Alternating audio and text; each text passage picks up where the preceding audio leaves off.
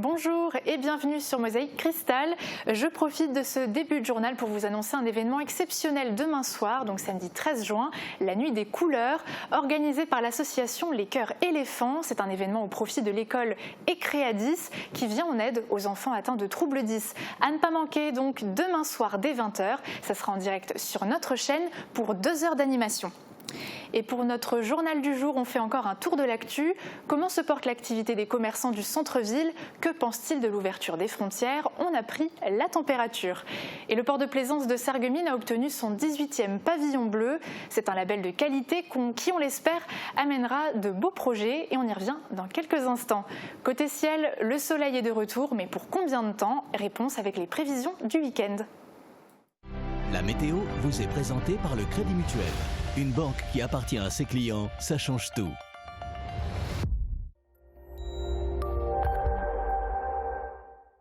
Bonjour tout le monde, malgré les quelques nuages, nous allons pouvoir passer un agréable week-end. Samedi matin, le ciel sera dégagé, mais une certaine instabilité finit par s'installer en cours de journée. Des averses peuvent tomber en fin d'après-midi. Dimanche, ce sera l'inverse, la matinée débutera sous la pluie et le ciel va progressivement se dégager tout au long de la journée pour laisser place à des éclaircies. Côté température, pour les 2 jours, les minimales iront de 13 à 15 degrés, les maximales de 22 à 24 degrés. Demain, nous serons le samedi 13 juin, nous fêtons les Antoine. Le soleil nous accompagnera de 5h26 à 21h37. Tout de suite, retrouvez Uranie. Bonne fin de semaine à tous et bon week-end!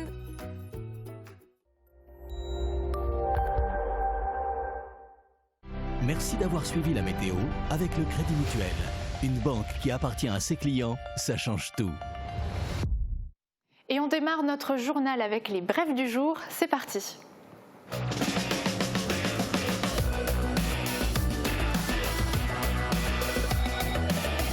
Les crèches de l'Agglo éveillent la petite enfance et facilitent la vie des actifs. Patrick Weiten en visite au Saint-Walfried. Le département de la Moselle avait financé une partie de l'extension du site à hauteur de 40 000 €. Son président s'est rendu sur place pour apprécier le résultat de plusieurs mois de travaux.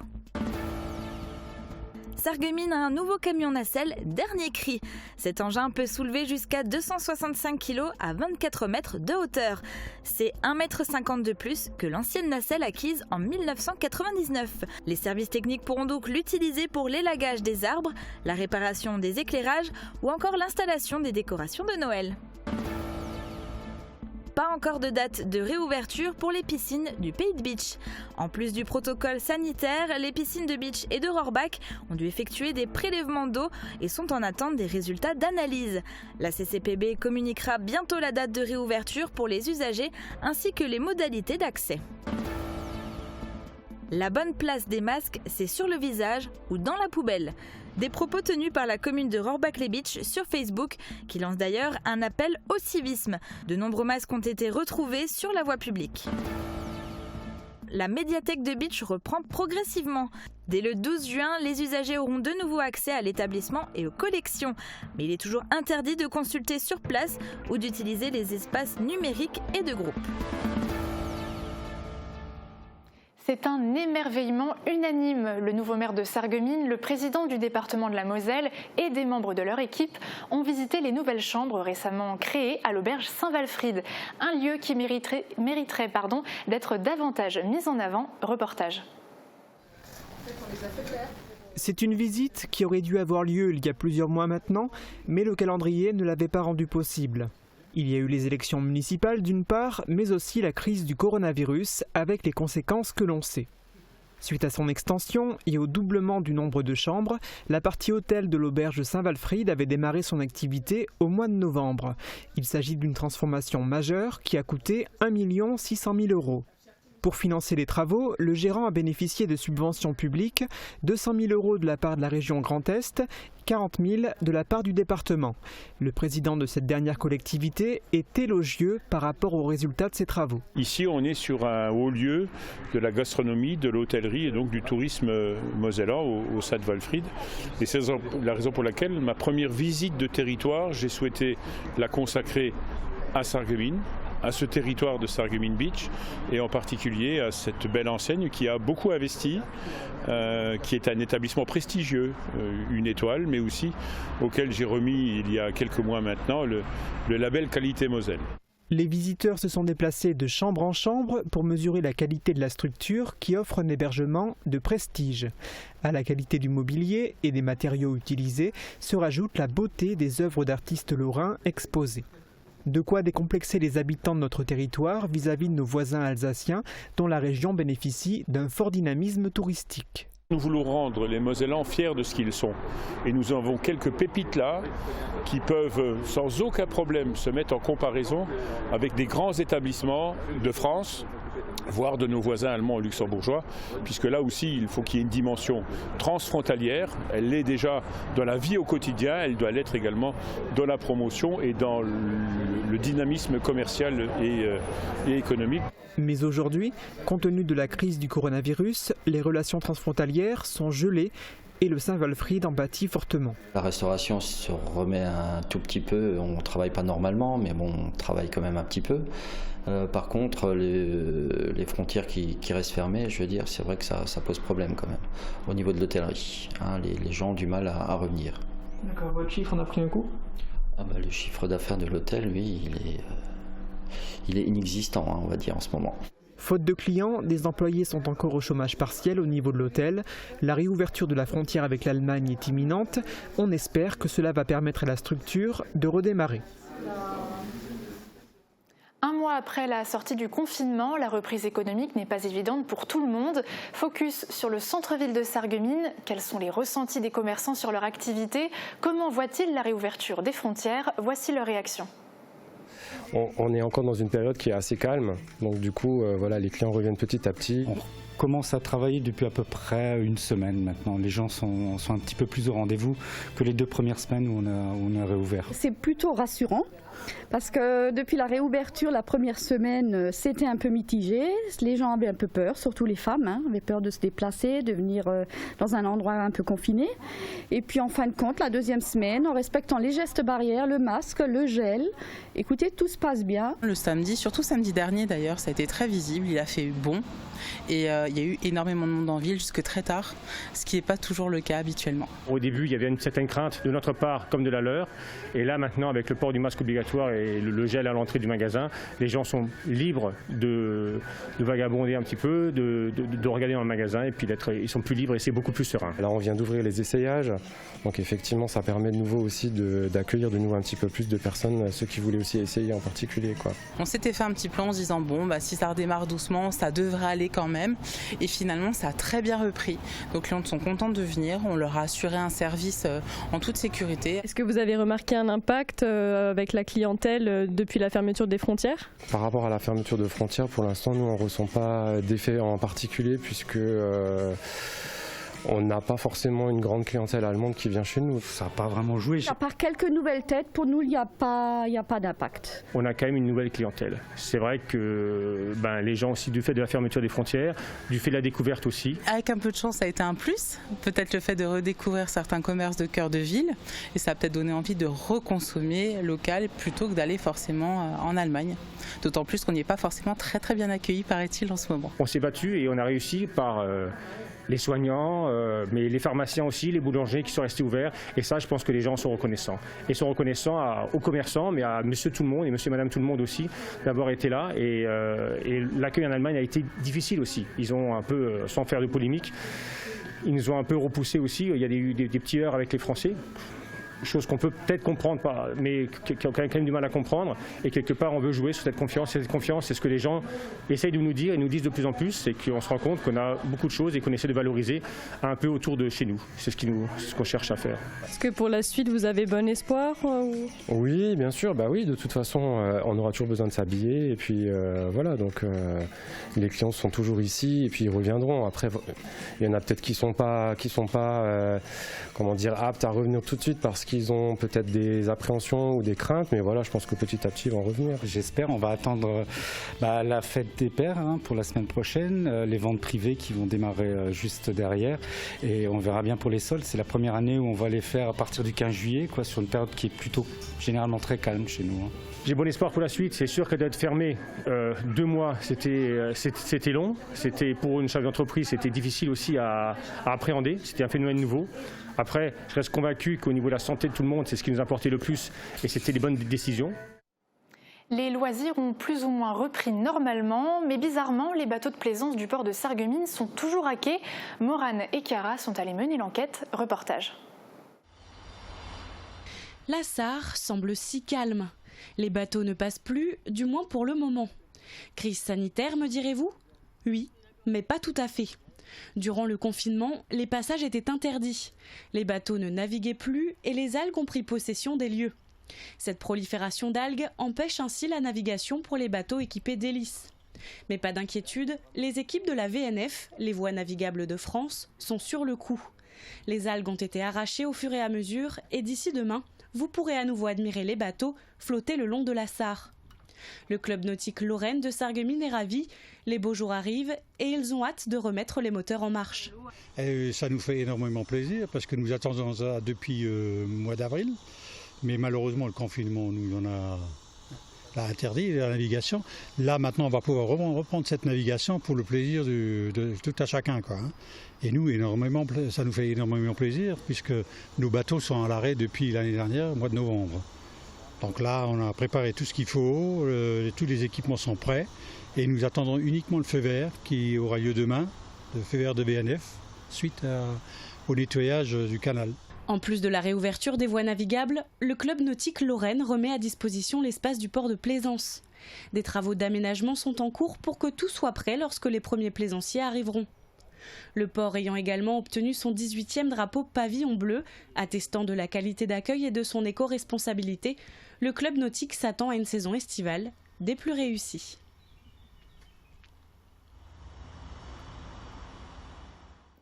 Et oui, le label Pavillon Bleu récompense la qualité d'accueil du port de plaisance et son engagement pour l'environnement. Et nous sommes en relation avec Jean-Yves Hauss, président du club nautique Lorraine. Bonjour. Bonjour. Alors, qu'est-ce que ça représente pour vous, ce 18e drapeau ? Alors, ce 18e drapeau, c'est tout d'abord la récompense de tout un équipage, je dirais. L'équipage est composé surtout de la ville de Sarreguemines, le travail avec Christiane Eckel, notre adjointe au tourisme, et bien sûr les membres de Lorraine, qui œuvrent pour obtenir chaque année, depuis maintenant 18 ans consécutives, le pavillon bleu d'Europe. Pour rappel, on était le premier port de plaisance à obtenir ce label en Lorraine. Et alors, est-ce que ça vous permet de penser à l'avenir, de lancer de nouveaux projets ? Oui, alors bien sûr, c'est une année un peu spéciale, mais les nouveaux projets, on en a pour cette saison, puisqu'on va faire des petites balades sur la Sarre avec le Ship Nickel, bien sûr à personnel un peu réduit, et passagers réduits, et on va mettre en place une plage éphémère, au moins une plage saisonnière pour accueillir les plaisanciers au port de plaisance. De beaux projets en tout cas. Et alors on peut peut-être évoquer aussi la réouverture des frontières. Est-ce qu'on va revoir des bateaux allemands prochainement ? Oui, oui, on espère bien parce que c'est quand même 70% de notre clientèle et la navigation devrait reprendre le samedi en 8 vers le 18 juin avec l'ouverture des écluses allemandes, françaises et allemandes. Voilà, donc on espère, on a déjà des réservations pour plusieurs semaines au port de plaisance. Nous attendons simplement l'ouverture des écluses françaises en réalité. Eh bien, en tout cas, on vous souhaite une belle saison estivale. Merci beaucoup. À bientôt. Merci beaucoup à vous. Connaissez-vous Mise au goût ? C'est un service proposé gratuitement à tous les restaurants du pays. Il permet aux professionnels de la restauration de substituer carte et menu par un QR code. Il n'y a donc plus de contact avec les clients. Regardez. Et si ce QR code devenait votre compagnon de table au restaurant? Covid-19 oblige, cafés et restaurants ont dû mettre en place des protocoles sanitaires stricts avant la réouverture. Parmi eux, ce type de code barre que l'on scanne à l'aide de son téléphone et qui affiche directement la carte des menus et boissons d'un établissement. Les solutions de ce genre ont fleuri. Ici dans les Vosges, une agence de communication vient de mettre en place Mise au goût, un service gratuit à la disposition de tous les restaurateurs du pays. Si un restaurant a 50 ou 100 couverts durant le service, nettoyer, désinfecter 100 cartes pendant le service, c'est pas possible. Si maintenant, durant le service, sur ces 100 consommateurs, 2, 4 ou 6 n'ont pas eu de smartphone, alors il y aura 2, 4 ou 6 cartes à désinfecter, ce qui est beaucoup moins ennuyeux et beaucoup moins long pendant un service. Une solution qui profite donc aux restaurateurs, mais aussi aux clients qui se sentent plus en sécurité. Si Mise au goût n'existe que depuis une semaine, près de 1000 restaurants ont joué le jeu et plus de 30 000 QR codes ont été scannés. Une alternative visiblement bien reçue par la clientèle, comme dans cet établissement spinalien. En fait, c'est personnalisé par le restaurant. Donc hop, voilà, la carte de restaurant est là. Et puis vous pouvez la feuilleter dessus. Vous revenez à la page précédente, carte des vins, hop. Et vous avez la carte des vins qui apparaît. Tout le monde joue le jeu, puis c'est ludique. Mon équipe explique comment ça fonctionne, ça crée un petit peu une dynamique. C'est plutôt sympa, c'est très facile. Donc il n'y a pas eu de réfractaires en fait. S'il y a des personnes qui ne l'ont pas utilisé, c'est plus parce qu'ils n'avaient pas leur portable sur eux ou un portable trop ancien pour avoir un appareil photo dessus. Mais j'ai dû avoir une personne de ce cas-là. Un système rapide à mettre en place, une matinée aura été nécessaire ici. Il suffit au restaurateur de créer un espace personnel sur le site internet, d'y rentrer ses cartes et menus pour que ce QR code soit généré. En parallèle de cette solution, l'agence de communication est en train de développer une nouvelle application où l'on pourra notamment commander ses repas ou même traduire les menus dans plusieurs langues. Et en tout cas, c'est une très belle initiative.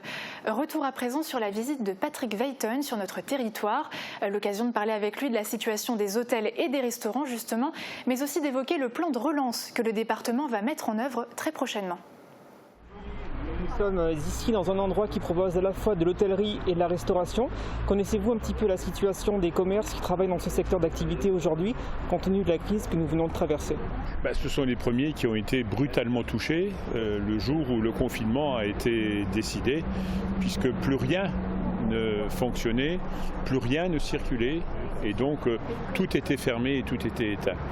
Et c'est cette activité du tourisme, mais surtout de l'hébergement et de la restauration qui a été brutalement touchée. Et ce sont les derniers qui peuvent bénéficier aujourd'hui de la réouverture de leur établissement. C'est la raison pour laquelle nous leur apportons déjà une contribution par le kit de déconfinement qu'on a mis à disposition, et on l'a vu tout à l'heure, parce que nous voulons apporter une contribution à la politique de communication, à la politique de promotion du territoire. Et puis nous allons prendre un certain nombre de dispositions que je présenterai fin juin, début juillet, dans ce plan de relance que nous mettons en place en 2 phases. Une première phase immédiate dès le mois de juillet, dès le début de l'été, et ensuite au mois de septembre sur des investissements beaucoup plus lourds.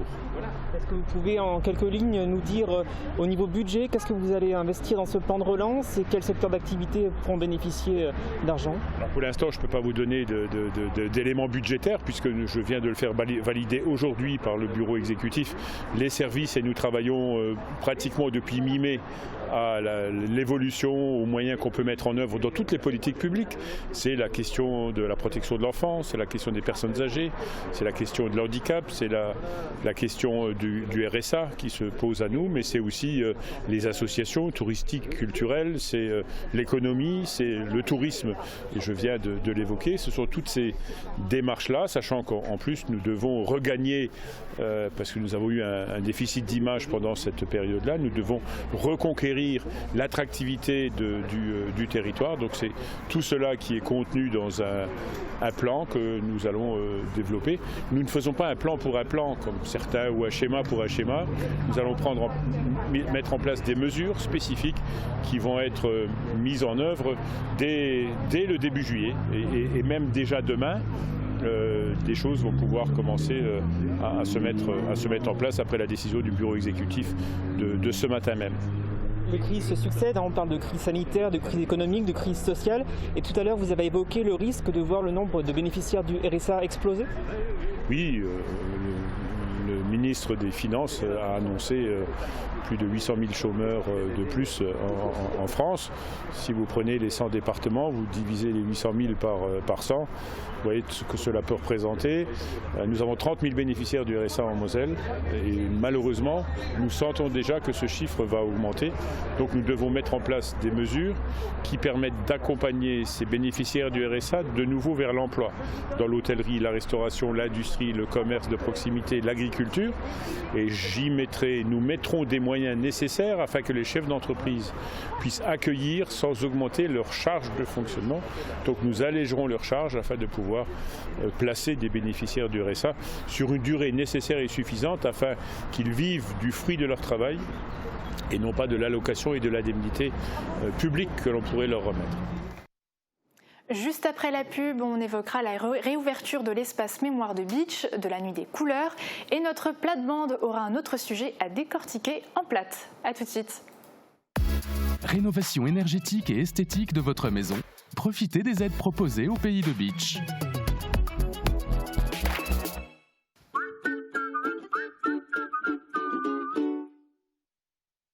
Bécher STP, le spécialiste de la protection solaire. Store personnalisable et pergola bioclimatique.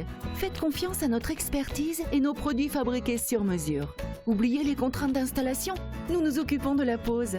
Et c'est la nouveauté. Protégez-vous contre les coronavirus avec la bâche Agivir. Modulable et adaptable à tous les environnements, elle élimine naturellement le virus sans désinfection. Bécher, le savoir-faire de père en fils depuis 1933. Envie d'une nouvelle voiture ? Go-Car Bike, c'est plus de 25 ans d'expérience et une équipe de passionnés qui est là pour vous guider dans votre projet. Confiez-nous votre recherche personnalisée et qui sait, peut-être que votre bonheur se trouve déjà sur notre parc.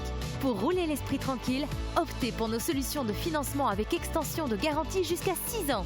N'attendez plus, venez nous rencontrer au 18 rue des Bouvreuils à Sarreguemines. Go-Car Bike, go! Un décor cosy et chaleureux, une équipe sympathique, une cuisine faite de produits frais, une vue magnifique sur le golfe de Sarreguemines. Le Green, le restaurant qui ne manquera pas de vous séduire. Toute l'équipe de la Maison Berre est heureuse de vous revoir en ville. Nous continuons à appliquer scrupuleusement les gestes barrières et avons maintenu notre service de livraison à domicile sur Sarreguemines. Soucieux de vous faire partager notre savoir-faire artisanal, tous nos produits sont faits maison. Vous êtes salarié ? Votre patron peut vous récompenser par des chèques cadeaux à dépenser dans plus de 60 commerces sarregueminois. Pour l'entreprise, ce sont 0% de charges sociales et fiscales et 0% d'impôts. Shop in Sarreguemines. C'est sympa, astucieux et innovant. Parlez-en autour de vous.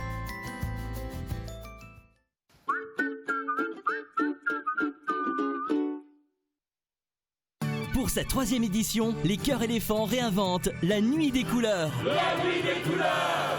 Si vous ne pouvez pas aller à la Nuit des Couleurs, c'est elle qui viendra à vous. Et si vous pouviez faire la fête depuis chez vous, en famille, entre voisins ou entre amis, rejoignez la première fête en réseau de la région.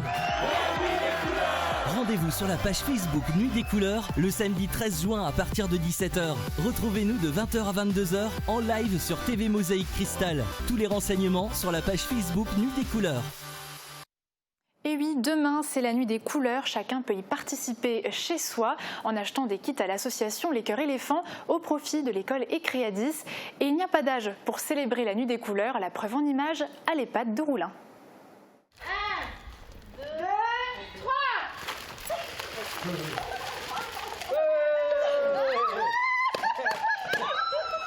De quoi vous donner un avant-goût de la Nuit des Couleurs. Pour l'EHPAD de Roulin, c'était en quelque sorte une répétition générale. Samedi, nous, on a organisé une grande kermesse. Donc, il y aura plein de jeux pour les résidents. Des jeux de kermesse, des chamboule-tout, des choses comme ça. Et à 17h, nous lancerons donc les couleurs dans le jardin de l'EHPAD, sous les yeux des résidents. C'est la première fois que nous livrons des personnes âgées, même à la Nuit des Couleurs à Bettwiller. En général, c'est toujours les jeunes qui font ça. Et là, que des personnes âgées adhèrent à notre fête, c'est quelque chose de très Ça fait très chaud au cœur en fait. L'idée est venue d'une animatrice des Alisiers, Muriel. La direction de l'EHPAD a validé, à la seule condition que ce soit les salariés qui fassent le lancer de poudre. Et l'équipe a adhéré. J'ai lancé le projet, tout le monde m'a suivi, ma gouvernante était tout de suite d'accord, la chef d'établissement tout de suite d'accord, et les autres ils ont suivi. Ils n'ont pas le choix. Une animation haute en couleurs pour redonner aussi de la gaieté dans l'EHPAD. Je voudrais juste en profiter aussi pour remercier toutes les personnes qui nous ont aidés pendant tout ce confinement. Parce que là, cette fête, ça va être quelque chose d'extraordinaire pour les résidents, parce que c'est l'une des premières fois où on va pouvoir faire quelque chose. Toujours pas de visite, toujours pas de familles qui vont pouvoir participer. Mais je voudrais quand même remercier tout le monde de nous avoir soutenus pendant toutes ces semaines. Alors n'hésitez pas à participer. On change complètement de sujet, on plante le décor. Seconde Guerre mondiale, la ville de Bitche et le pays de Bitche sont occupés. Pour la 100e division d'infanterie US, la mission sur le papier est simple, libérer le pays de Bitche de l'oppression nazie. Ils finiront par y arriver. Bitche sera la dernière ville de Moselle à être libérée le 16 mars 1945. Ce week-end, l'espace mémoire dédié à cette histoire rouvre enfin ses portes. Regardez. La 100e division d'infanterie US. Créée en 1942, elle n'a pas participé à la Première Guerre mondiale, mais cette division de l'armée américaine s'est fait connaître durant la Seconde. Elle avait pour objectif de libérer le pays de Bitche qui était encore occupé. Elle a débarqué à Marseille avant de faire face à l'ennemi dans les Vosges et d'arriver à Bitche. La ville sera libérée le 16 mars 1945. Cette histoire est devenue une véritable passion pour Michel. Il adore la raconter et la partager autour de lui. À Bitche, un lieu réunit toutes les pièces liées à cette histoire, l'espace mémoire. C'est un lieu qui a pour but de collecter des pièces qui sont en rapport avec la Seconde Guerre mondiale, mais avec la particularité d'avoir uniquement des pièces qui viennent de la région. Ça peut être de l'équipement, ça peut être de l'armement, ça peut être des documents papier. On retrouve certaines familles bitchoises qui viennent et nous rapportent des objets qui ont marqué leur jeunesse, qui ont été utilisés longtemps après-guerre, ne serait-ce que la simple baïonnette qui a servi pour sortir les salades du potager. L'espace mémoire a été inauguré le 16 mars 2019 et se trouve dans l'ancien corps de garde de la porte de Strasbourg, près de la mairie. Michel est à l'origine de sa création. L'espace mémoire lui a permis de tout réunir sous le même toit. Un bonheur pour les passionnés d'histoire et les visiteurs américains. Ça fait plusieurs années que je reçois des familles de vétérans américains dans la région pour les guider un petit peu sur les traces des combats.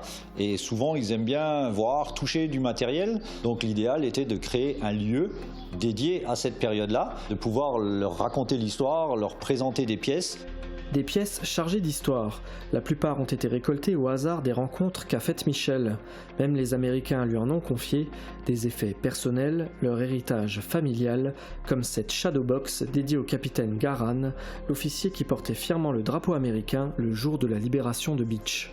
Tout y est authentique, il n'y a aucune reproduction. Confinement rime avec ménage de printemps.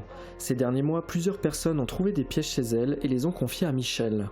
On a l'exemple de caisse à munitions, on a une ancienne carte d'école, l'allemand était enseigné à partir de 1940, et on a retrouvé une carte cantonale avec tous les noms des villages et des cantons, mais en allemand. Fermé depuis le début du confinement, l'espace mémoire rouvre enfin ses portes ce dimanche de 14h à 18h. Habituellement, il ouvre les deuxièmes dimanches de chaque mois. Port du masque obligatoire, distribution de gel hydroalcoolique, sens de circulation unique, tout y sera mis en place pour respecter les règles de sécurité sanitaire. On aura une zone d'attente qui sera à l'extérieur, on installera une tonnelle et différents panneaux d'exposition et des chaises pour permettre aux gens de patienter. L'accès est limité à 10 personnes simultanément. Si vous ne pouvez pas vous y rendre aux heures d'ouverture, il est possible de le visiter sur demande en appelant directement Michel. L'espace mémoire ne raconte pas seulement l'histoire de Bitche lors de la Seconde Guerre mondiale, c'est aussi l'histoire de toutes celles et ceux qui ont confié leurs objets et les anecdotes qui s'y rattachent, qui donnent une âme à ce lieu d'échange et de partage. Ça fait des années que j'aime partager cette histoire, que ce soit à travers l'histoire de la Libération, que ce soit à travers les visites de la citadelle, quand il y a les nuits des musées, journée du patrimoine. L'histoire est belle quand elle est partagée, donc il faut en parler, il faut défendre notre histoire locale. Petite pause à la lisière de la forêt de Mouterhouse. Notre carte postale du jour vous fait découvrir la très jolie chapelle Notre-Dame de la Miséricorde qui abrite une véritable œuvre d'art. Voici les images. C'est une vieille dame de 500 ans au fond de la vallée de Mutterhus. Notre-Dame de la Miséricorde fait partie des chapelles les plus emblématiques du pays de Bitche. Érigée en 1504 par le comte Reinhard de Depont-Bitche, au lieu-dit Kapellenhof, tout au bout de l'étang de Mutterhus, cette chapelle est placée sous l'invocation de Notre-Dame de Bon Secours.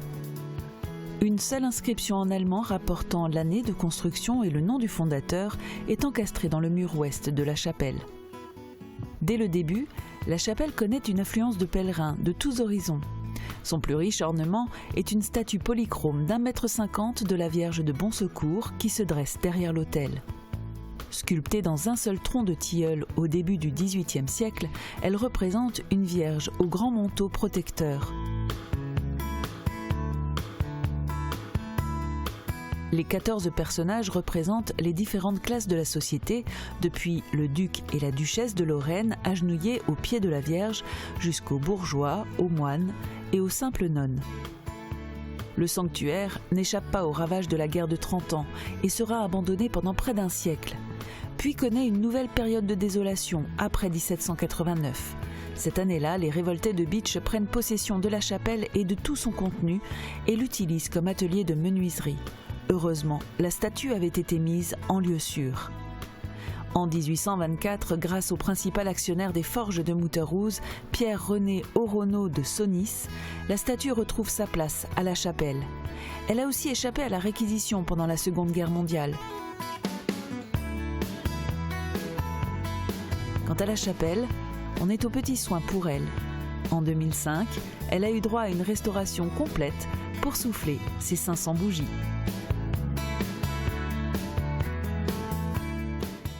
Et on termine notre émission en plate. Cette semaine, notre joyeuse plate-bande s'intéresse au château. Et dans notre région, ce n'est pas ce qui manque, même si beaucoup ne sont plus habitables. Mais avec de l'imagination, on peut rêver de la vie de château. Très bonne fin de programme et à bientôt.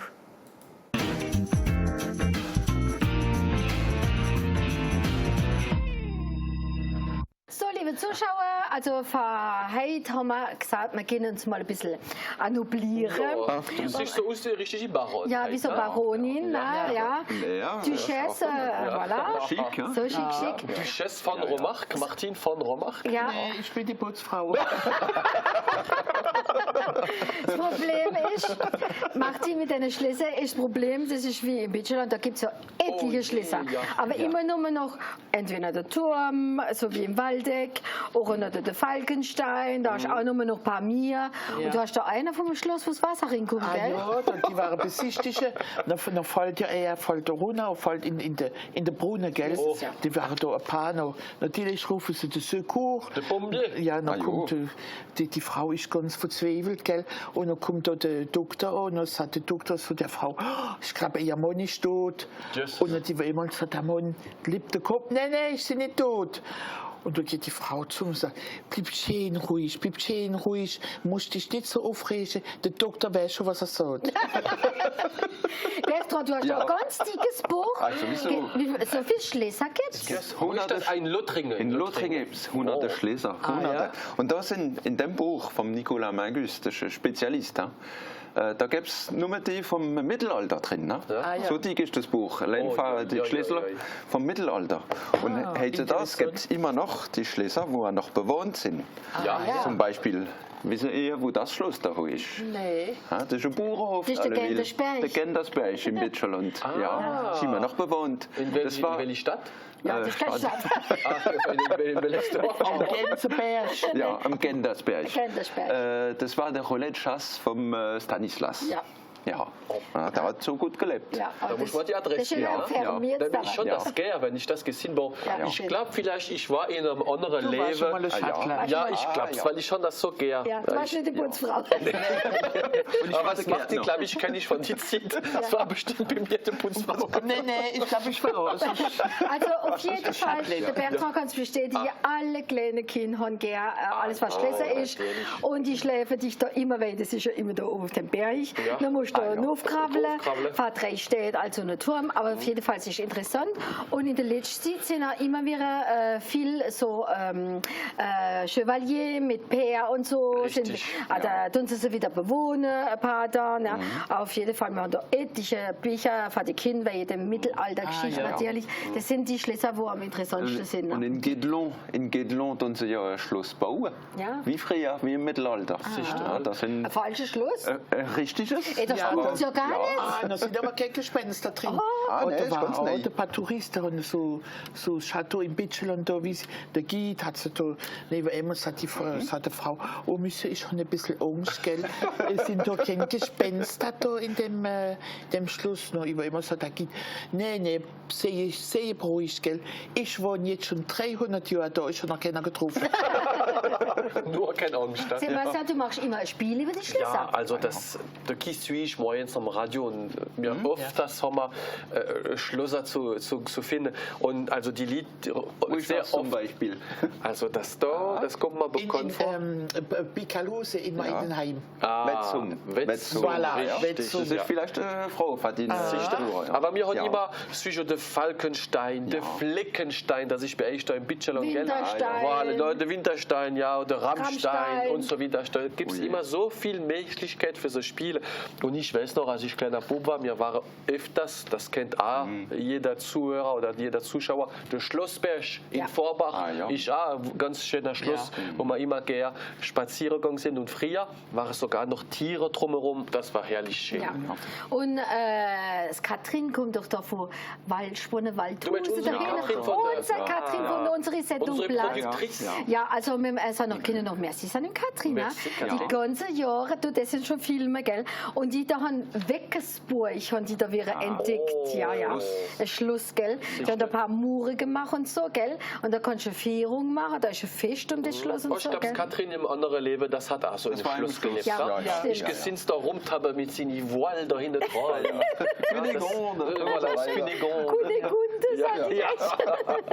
Und der Response, das mit den langen Haaren. Da bin ich sicher, das hat doch mal in dem Leben. Also auf jeden Fall, der Buben gefällt es gut, weil da immer die Tiere sind da, die Pont-Levis, wo rauf und runter gehen. Und da kann man da so in den Steinen rumlaufen. Und die Mädchen haben da auch eine Geschichte mit Prinzen, wo kommen. Auf der Wiese Cheval. Ja, auf der Wiese Ross. So, also wir sehen uns das nächste Mal wieder. Wir wünschen euch einen schönen Tag. Bis nächste Mal. Bis nächste Mal.